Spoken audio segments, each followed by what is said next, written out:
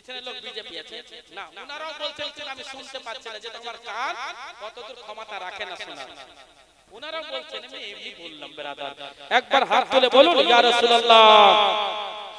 বাইতুল হারাম লৌহ কালা খুশিতে ঝুমেছে, আজ ভোরে আমিনার কোলে নূর এসেছে, আজ ভোরে আমিনার কোলে নূর এসেছে, আজ ভোরে আমিনার ঘরে নূর এসেছে। আমার জীবনের প্রথম বাংলা গজলটা লেখা, বাইতুল হারাম লৌহ কালা খুশিতে ঝুমেছে, আজ ভোরে আমিনার কোলে নূর এসেছে, আজ ভোরে আমিনার ঘরে নূর এসেছে। আরে ও হালিমা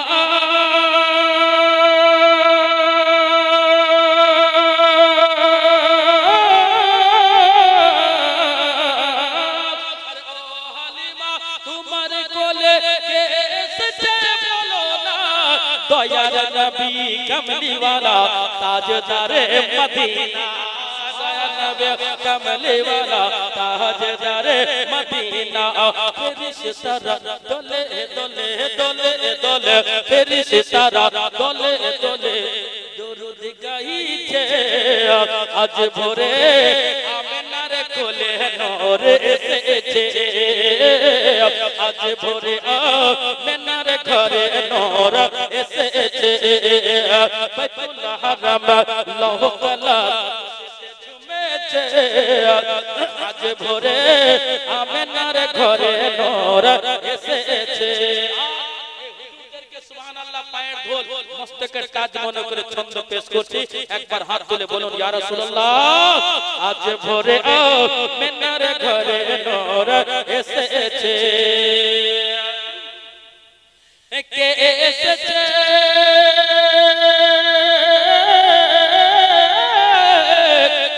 কে এসেছে আরব দেশে, নাই গো খুশির সীমানা, নূরানীময় চেহারা দেখে আশিক সারা জামানা, নূরানীময় চেহারা দেখে আশিক সারা জামানা, নূরানীময় চেহারা দেখে আশিক সারা জামানা, নবীর নূরে নূরের নবী, নবীর নূরে সারা জগৎ, নবীর নূরে সারা জগৎ আলো হয়েছে, আজ ভোরে আমিনার কোলে নূর এসেছে,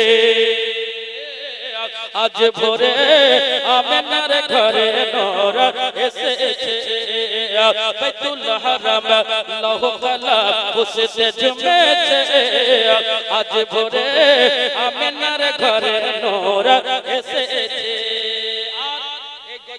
ছন্দ মোহাম্মত বলুন সুবহানাল্লাহ। আজ ভোরে আমিনার কোলে নূর এসেছে। এই গজলটা যখন আমি লিখি, আমার পাটনা বিহারের সম্পূর্ণ অ্যাড্রেস দেওয়া আছে, ওই অ্যাড্রেসে আমি পড়ছি ব্রাদার। আজ ভোরে আমিনার ঘরে নূর এসেছে, আরে গ্রামে ফুল তোড়া,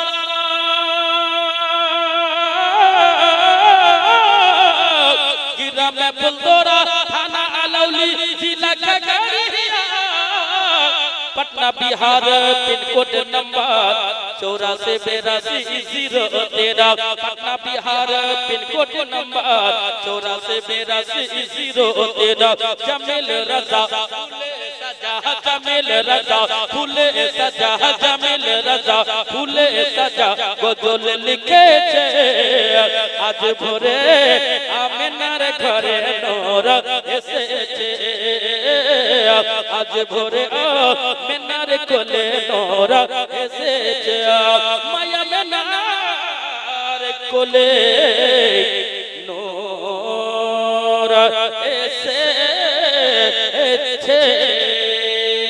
আল্লাহ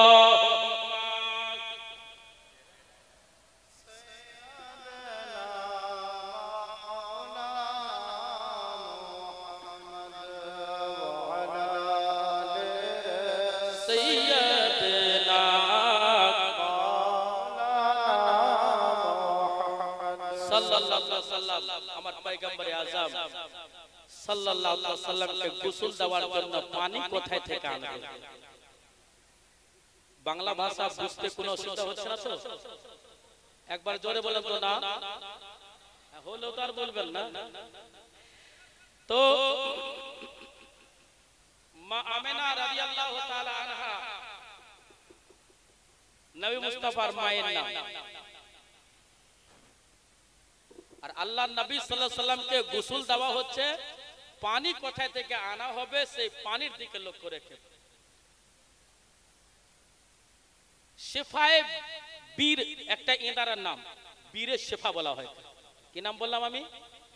বীরে শেফা। হাজী সাহেব দেখেছে ওই কুয়াটা, দেখেছে বীরে শেফা? ওইখানকার পানি আনা হবে নবীকে গোসল দেওয়ার জন্য। বীরে শেফা একটা ইঁদারার নাম। হাজী সাহেবরা গিয়েছে, ওই ইঁদারার নাম হচ্ছে বীরে শেফা। ওই ইঁদারা থেকে পানি আনবে। তা আনবে কে? কোন ব্যক্তি আনতে যাবে? কোথায় থেকে আনা হবে? কে কে যাবে? সাহাবায়ে কেরাম 4 জন গেলেন পানি আনতে।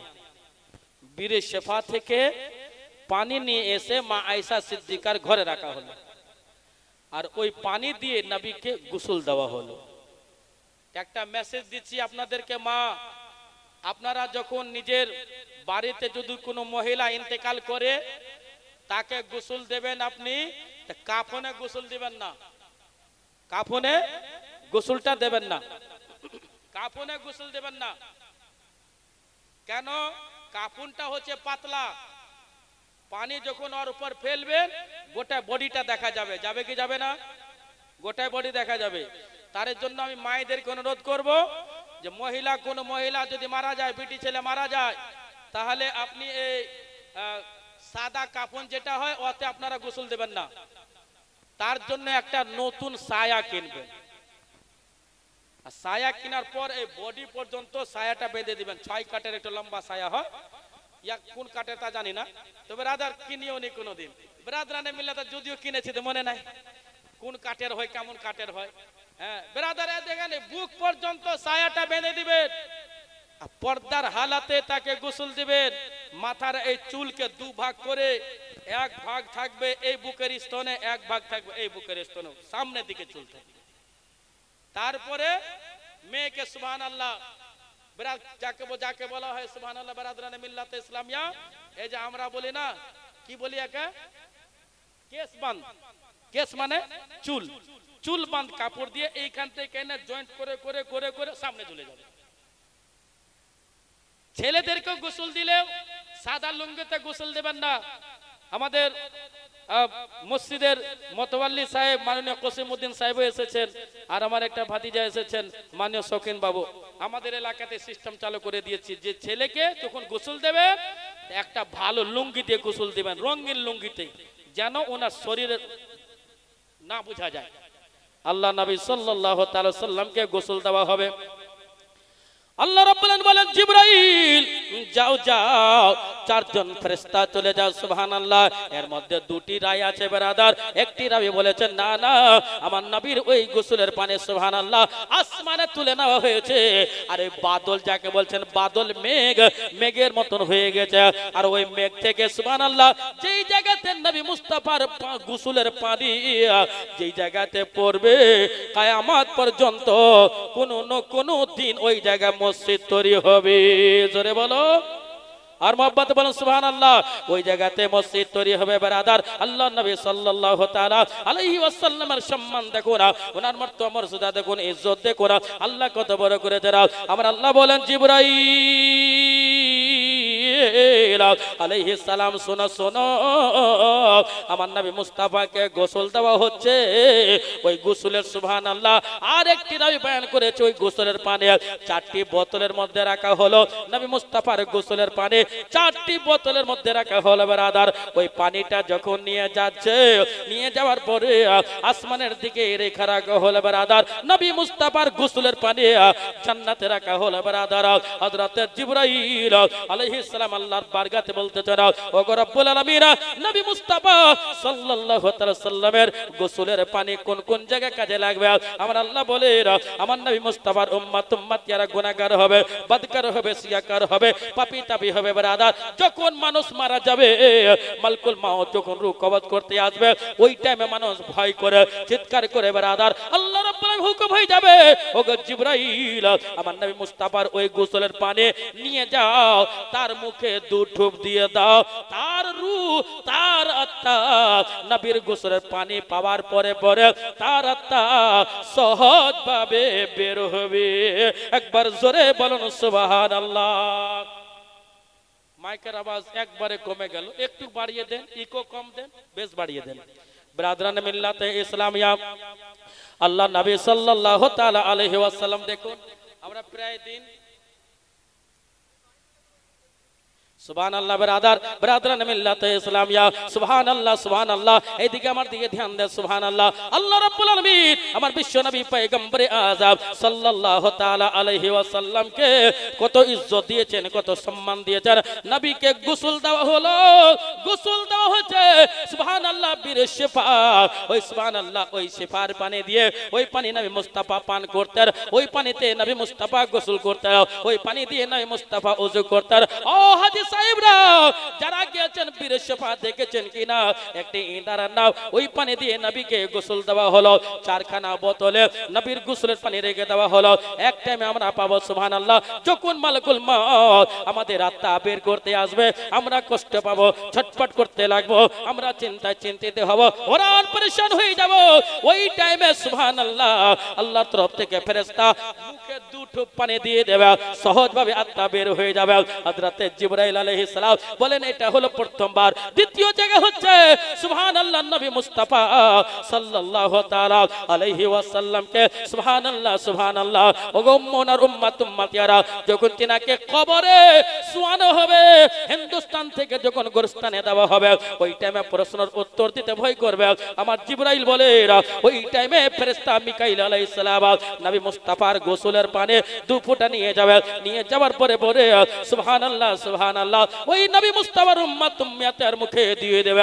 আর যেমনি দিয়ে দেবে ব্রাদার, সঙ্গে সঙ্গে প্রশ্নের উত্তর দিতে লাগবে ब्रदर। 3 नंबर जगह होला ब्रदर हश्र मैदान। हश्र मैदान ना बाप बेटा का होगा ना बेटी माँ की होगी, कोई किसी का पुलिस से हार ना होगा, कोई किसी को पूछने वाला ना होगा, क्यों का के जानने मानने वाला होवे ना। जन्नती जहन्नमी के चिनते पारबे ना, जहन्नमी जन्नती के चिनते पारबे। बाबा तुम हमारे चाचा हो, बाबा तुम हमारे भतीजा हो, बाबा अपनी अपनी हमारे हुजूर हो, अपनी इमाम साहब जिज्ञासा करो होवे ब्रदर।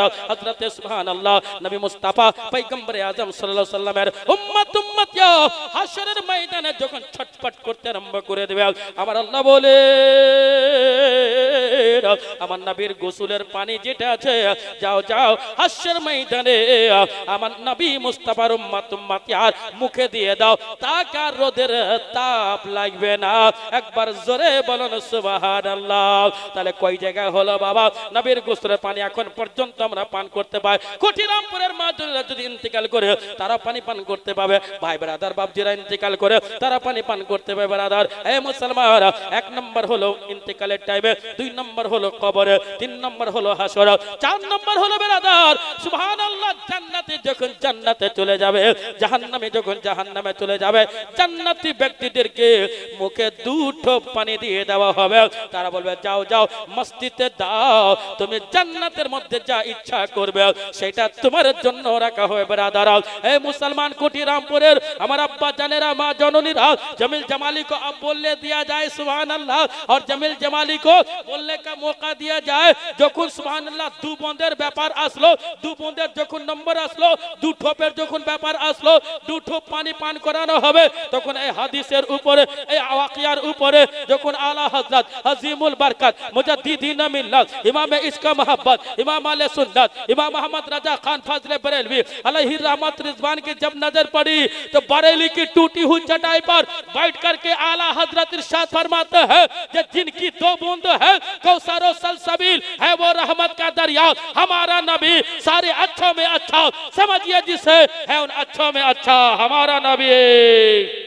जोरे बोलो जिनकी 2 बूंद है, বোঝা গেল নবী মুস্তাফা সাল্লাল্লাহু আলাইহি ওয়াসাল্লামের প্রথমের জীবনে সব শুনলেন, আর আমি একবারে শেষের জীবনে ধরেছি। আসুন একবার নবী মুস্তাফাকে হাজির নাজির মনে করে দরুদ শরীফ পড়ুন, তারপর নবী মুস্তাফার জানাজার কথা বলবো। আল্লাহুম্মা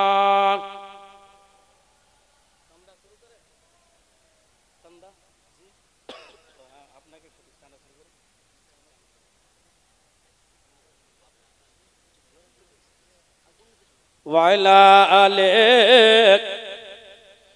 সাইয়্যিদানা মাওলানা মুহাম্মদ সাল্লাল্লাহু আলাইহি ওয়াসাল্লাম। নবী মুস্তাফাকে গোসল দেওয়া কমপ্লিট, গোসলের পানিও চলে গেল জান্নাতে।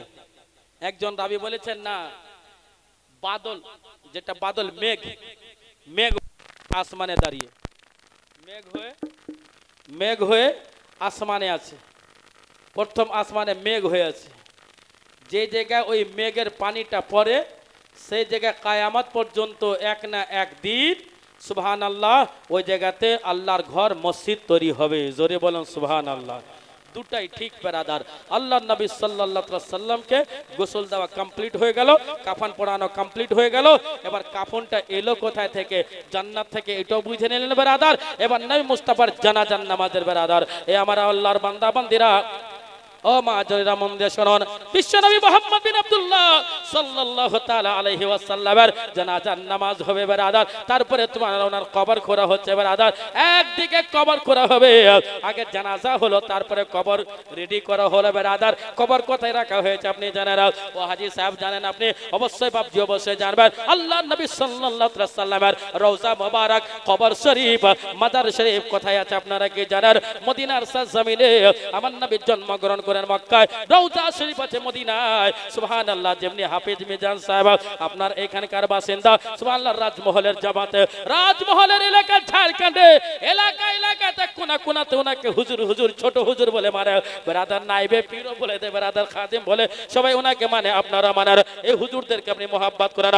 আল্লাহর নবী সাল্লাল্লাহু আলাইহি ওয়াসাল্লাম সুবহানাল্লাহ তিনার জানাজার নামাজ পড়াবার জন্য, সুবহানাল্লাহ, জানাজার নামাজ হচ্ছে একটি দোয়া বেরাদার। হযরত জিবরাইল আলাইহিস সালাম আসলেন, উনি দোয়া করে গেলেন। হযরত বকর সিদ্দিক আসলেন, উনি কয়েকজনকে নিয়ে দোয়া করলেন। হযরত ওমর ফারুক আযম আসলেন, উনিও কয়েকজন দোয়া করলেন। হযরত উসমান গনি রাদিয়াল্লাহু তাআলা আনহু সুবহানাল্লাহ আসলেন, উনিও কয়েকজন দোয়া করলেন। দোয়া করতে যায় আসতে যায় বেরাদার, একদিন নয়, দুদিন নয়, 3 দিন ধরিয়া আমার নবী মুস্তাফার বডি মোবারক পবিত্র সুবহানাল্লাহ মা আয়েশাতুল হুমায়রা লগো নবী বলতেন, ওগো আমার লাল টুকটুকি আয়েশা। আমার নবী সুবহানাল্লাহ মোহাব্বতে বলতেন বিবিকে, আমার লাল টুকটুকি আয়েশা। নবী বলতেন মোহাব্বতে কাকে? ছোট বিবিকে। আপনারাও বলেন, আপনারা বলেন না, ওগো আমার বুচা বিবি, ওগো আমার কালো টুকটুকি, বলেন না? আপনারা বিবিকে আদর করে কোনো নাম রাখেননি? এই তাহলে কি নাম রাখলেন আপনি? আর আমরা বলি সুবহানাল্লাহ অক্সিজেন বিবি, আদর করে বলি। পারলে অক্সিজেন যখন দিয়ে দেবে বেশিরভাগ বাবু বিবির কাছে কাবু। কারণটা কি? দিন ইসলাম শিক্ষা না করার কারণে বেরাদার বেশিরভাগ বাবু বিবির কাছে কাবু। একটা ছেলে বলছে যে হুজুর আপনি দেখবেন আমি বিয়ে করব তো যা বলবো তাই শুনবেন, খারো বলো খারো হবে, বসো তো বসো। বলে অনেক বাবুকে দেখলাম, এবার তোমাকে দেখতে বাকি আছে। বিয়ে হবার পর বিবিকে যেমনি দেখছে চুপচাপ থাকে, আর কথা বলে না। বলে তুমি তো বলেছিলে, বলে হ্যাঁ ওর বাপ পারবে নাকি? ওকে আমি কিনে নিয়েছি, আমার উপর কথা বলতে পারে? কিনে নিয়েছে। মায়েরা ছেলেকে কিনে নেয়, এই মায়েদের বাপ ছেলেদেরকে বাপকে কিনে নেয়। কেন? তার জন্য শ্বশুরকে আব্বা বলে আর বাপকে কি বলে? মুরব্বি। বাপকে কি বলে? মুরব্বি। আর শ্বশুরকে আব্বা জান। হায়রে কেন কিনা হয়ে গেছে? সুবহানাল্লাহ। আমি এক জায়গায় ওয়াজ করছিলাম, বলছে হুজুর বেরাদার সুবহানাল্লাহ আসামে বক্তব্য রাখছিলাম, তো একটা খ্যাপা টাইপের লোক বলছে হুজুর সব হুজুরই বলেছে বাপ মার পায়ের নিচে জান্নাত, সব হুজুর বলেছে বাপ মার পায়ের নিচে জান্নাত। তো হুজুর একটাও মৌলবি, একটাও বক্তা, একটাও মুফতি, একটাও মুহাদ্দিস, একটাও পীর সাহেব হুজুর কেউ বলে না যে শ্বশুর শাশুড়ির পায়ের নিচে কি আছে। সব একই বক্তব্য দিচ্ছে যে বাপ মার পায়ের নিচে জান্নাত। সবারই বক্তব্য একই যে বাপ মার পায়ের নিচে জান্নাত। শ্বশুর শাশুড়ির পায়ের নিচে কি আছে? আমিও চিন্তিত হয়ে গেলাম যে বইতে তো আমি পড়িনি, তাহলে কিছু অর্থনলেজ লাগায়। আমরা শোনা বাবা, আল্লাহ নবী সাল্লাল্লাহু আলাইহি ওয়াসাল্লাম বলেছেন যে বাপ মার পায়ের নিচে জান্নাত।